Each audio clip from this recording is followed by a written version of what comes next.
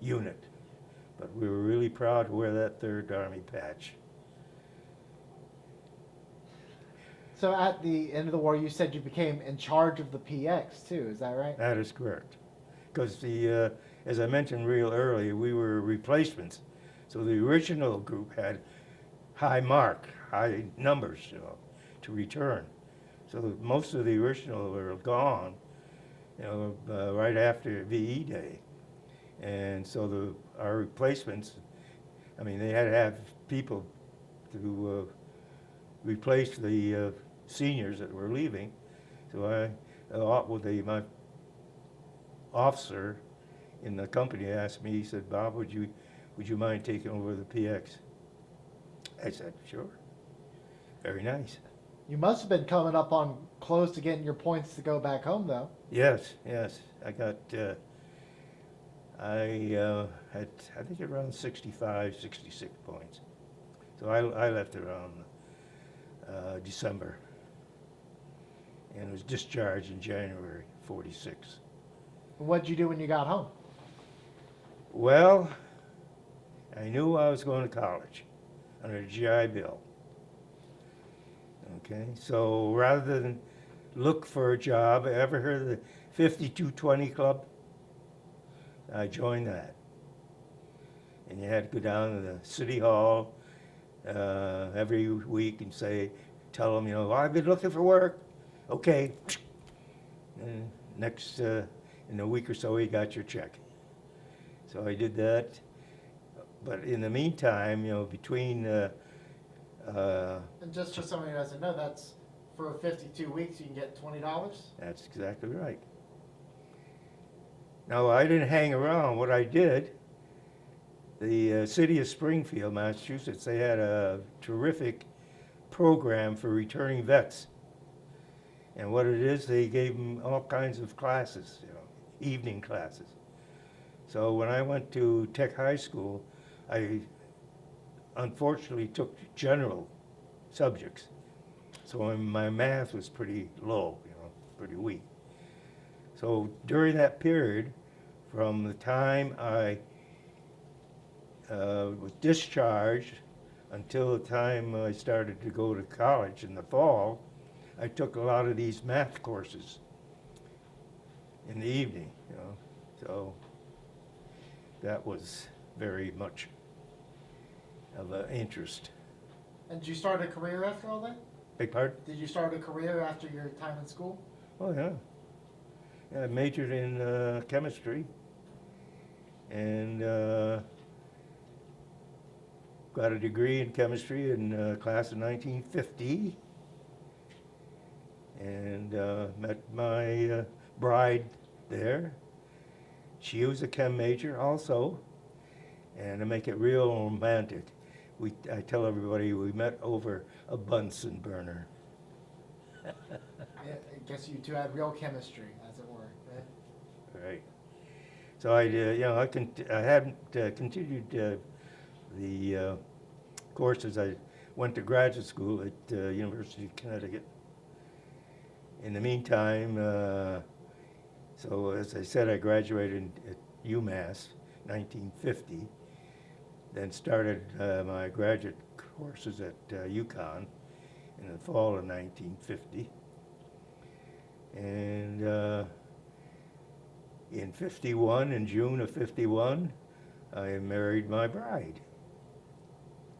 Brought her up to Storrs, Connecticut, while I continued my graduate work. Well, I just have a few other questions and we'll wrap up for today, all right? What do you want future generations to remember about World War II based on all of your experiences? As said time and time again, we were the greatest generation. And we really supported our country and what we did for them. And the World War II veterans really came out well as compared to those who served in Vietnam, who came home and practically were spit upon. That was very, very bad, I thought.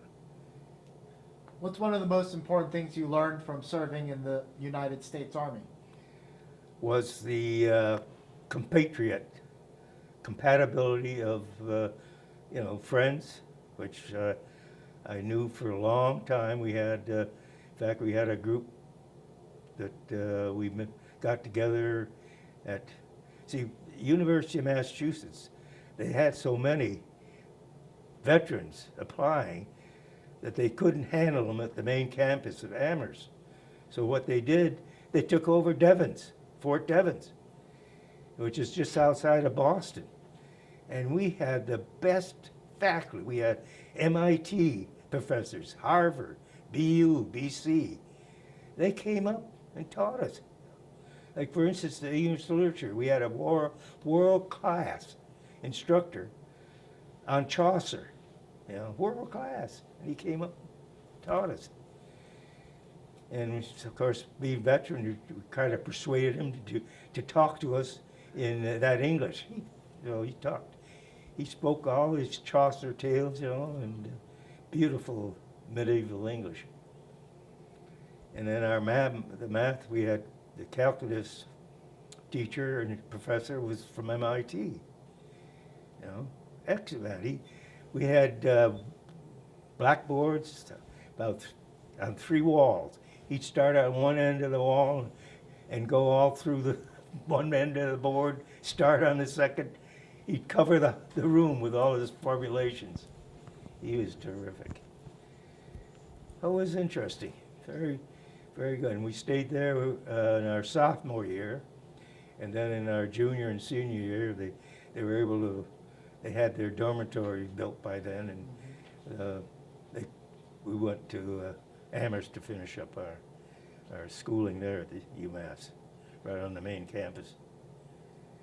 But the people, the veterans that went to Amherst and stayed through the class of 1950, we'd have reunions and reunions and reunions. Oh yeah. And I'm sorry to say, I'm probably the last one of the group that we used to get together. And the one that I knew, he passed on about 2 years ago. Well, I'm sorry to hear that. And so am I. Very much so, because we used to have very good times together. Go down, like Friday evenings, we'd go down to the student prints and discuss the world problems with German beer in front of us. Very good. Well, lastly, I just want to ask if you have any final words of advice, final thoughts, closing arguments for anybody who might watch your interview in the future. I'm just saying that anybody who is called to serve this country should do it and be honored to do it. They should be very happy to, and I think right now I would think most of them are very happy to serve their country honorably. Well, I can't thank you enough for taking the time to share some stories with me today. It's truly an honor and pleasure for me. Most importantly, thanks for your service, Robert. Can I say one more thing? Please. All right. When I was at University of Massachusetts, I took advanced Air Force ROTC. All right. We had my summer training was at Lowry Air Force Base outside of Denver. And this was the summer of 1950. As most of the people realize, Mamie Eisenhower's family lived in Denver. So in 1950, of course, Eisenhower was just president of Columbia University at the time. He wasn't president of the United States yet. He came with maybe to see her family in Denver. Well, they invited him down to Lowry Air Force Base to give us to hand out our commissions and give us a little talk. He came down, accepted, came down, gave a nice speech, handed out our commissions. I saluted him, shook his hands, and haven't washed it since. That is one of my outstanding items of my life. Well, I appreciate you again taking the time, and thanks again for your service, Robert. Thank you.